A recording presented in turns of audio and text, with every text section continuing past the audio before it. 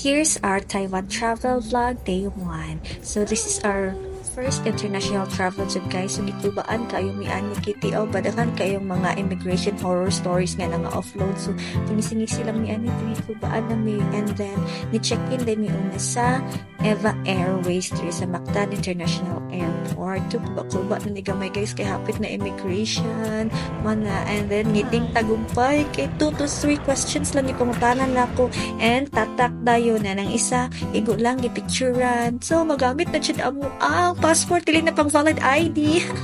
So nikaon day mi una before ni boarding, and then naka-make friends pa ko ani chika-chika dahat kung naila-ila ani while naghuwat sa boarding time, and then nanami sa airplane. Excited ang mga now makagawas na gyud og Philippines, and then saka excited niya nakatog ako nagtan-aw ko Tony Talks ni mata lang ni siya kay na adi ay pagkaon. So may pagwa na lang minikaon sa airport daghan mo day pagkaon diri sa eroplano. So on ni siya guys, nangaon mi ani, and then busog pa ta mi kaayo pero sayang apil ni bayad, and then niabot na mi sa Taiwan sa Taoyuan International Airport. After nakuha sa luggage ni Suway mi sa the Lakilan, Taiwan, pero ako padaog 5,000 NTD. Modong nidong na lang mi sa Cook kay nag-claim mi sa amuang girent nga packet wifi, and then nidong mi sa ATM kay nag-withdraw. Grabe guys, tinuod siya di ay sa TikTok maka-withdraw dahil siya kagamit din mong Gcash card. So nag-withdraw ko og 10,000 NTD, equivalent na to 17,000 kapin nga pesos. Gawas na may tinuod kayo, tugnaw kayo, murag nasa. Diba? Tugnaw kaayo check guys, tinuod. Tugnaw kayo. Giingnan rami o mula na nag-airport katugnawa pero dili yun siya fake news siya dahil para na ako kadili ganahan ko tugnaw as in kinatugnawan murag sa freezer dili aircon freezer siya mo no ni hapit mi una sa early dinner namo mo ni Love in Taiwan nga group 43 ni kabuok, and halos tanan ay tanan gyud Bisaya, so team Bisaya represent.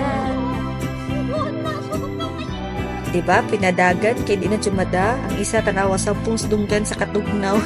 Ignorantier. Ayan, padong nami. Tugnaw kayo. Padong nami ani sa first na mga atuan. Mana siya ang tour guide sa Chen. So, padong na sa ang first atuan, which is ang temple. So, ang kilid na is Raho Street Market, and then siguro kani Raho Temple. Yan, na-amaze me ka. First time na nakakita ang temple. Ano siya, tugnaw kayo, pa-picture-picture lang. Mana siya ang temple, and then kilid na ang night market nga sa vlog ra na ako makita sa TikTok, and then karon na suwayan na dyan na mo naglakaw-lakaw ni dahan kayong tao, dahan kayong pagkaon, klase-klase, and then amis ko na kay Tuway. Oh my God, Tuway, dahan kayo sa mua, ato sa ubos, pwede rin magpaliton, pwede rin magkaon free. And then, nanamis sa Taipei 101. Grabe ka kabo. And grabe ka tugnaw. So, wala na mo nakita. Uy, di naman makita. Wala mo nakita ang tumoy. Kidahan kay dako kay fog. So, wala na mo nakita. Di alam may nagsagawas. Na siya katugnaw guys, nanggahi na ako ang mga tudlo, and then mall man din Taipei 101, so nisuod ko ni pa-char-char pero mga mahalon kay sa gawas na lang ni first time kita Rolex. And then finally naabot na mi sa among hotel, Haiwan Holiday Hotel. Ano siya ang forma na siya sa Taipei gihapon. Nigawa sa mga pagka-tour operator. Maghihapay ng distribute sa mga key card ni Tapan ni Chen. And then namin sa 17th floor. Sa executive floor na ikon siya. So ang room nakurat ni kay nga nun duha ka kwarto. So executive room din siya. So I think that's it, room tour. And then after nakamana mo ang day 1, dali ra kaayo.